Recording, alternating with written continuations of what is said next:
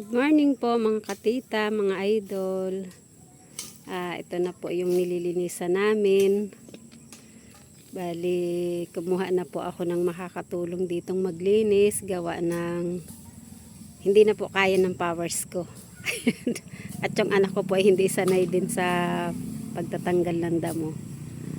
Ayan. Meron na po akong tataniman.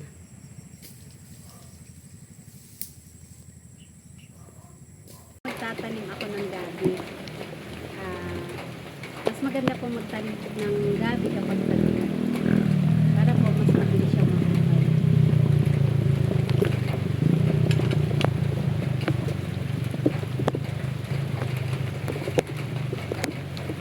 Bali, kapag magtatanim po pala tayo ng gabi, ay tatanggalin po natin yung mga dahon. Ganito po ang pagtatanim ng gabi. Tinatanggal po muna yung mga dahon.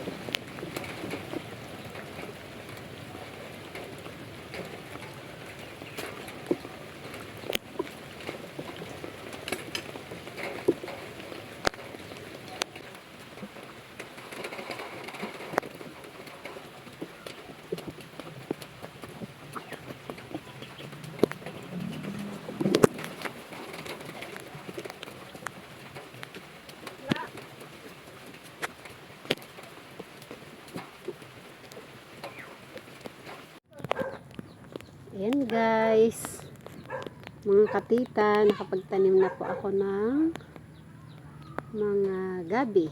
Ayan, dali nakatatlong linya po yan. Hanggang dito yan.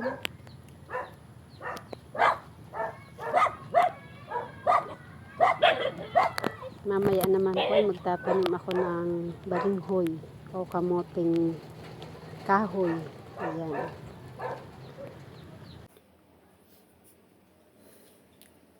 Bali ngayon naman po ay magtatanim tayo ng balinghoy. Bali ito po ay pinutol-putol ko na. Ayan po. Bali ganito lang po siya kahahaba. At ang sabi nga po ng lola ko ay dapat po ang pagtatanim nito ay pahiga po at hindi patayo. Hindi ko po alam kung bakit at kung anong mangyayari kapag patayo ang ating pagtatanim.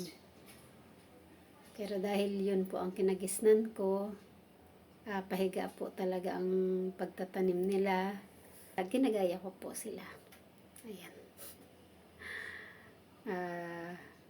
Sabi po kasi nung iba ay nakakalason daw po kapag patayo ang tanim. Hindi ko pa naman po na-try. Kaya wala po akong masasabi tungkol doon.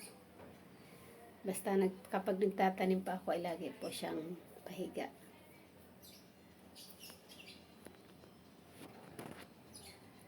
Katapos po, apakan po natin yung lupa pagkatapos natin siyang maibaon.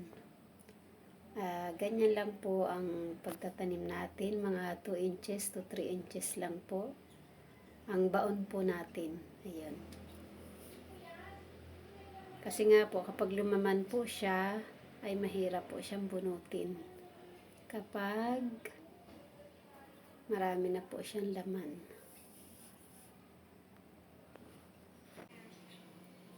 Bale, ito nga po pala yung kamote na ating itatanim.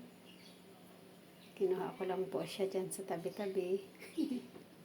Hindi po, yan po yung tanim ko pa rin dati na hindi ko na po nasikaso. At sobrang dami na pong damo, kaya tinanggal ko na lang po para ilipat po siya dito. Bali, ganito po ang ginagawa ng aking lola. Pinapaikot niya po yung dulo, pagkatapos po ilulusot po doon sa loob ng butas. Ayan. Pagkatapos po ay yun po yung ibabaon natin, yung pinakambilog na yun.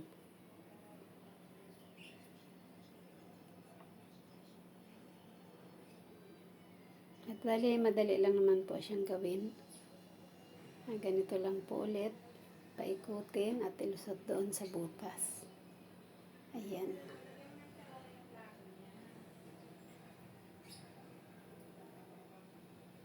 Bali, maganda rin po ang maraming tanim.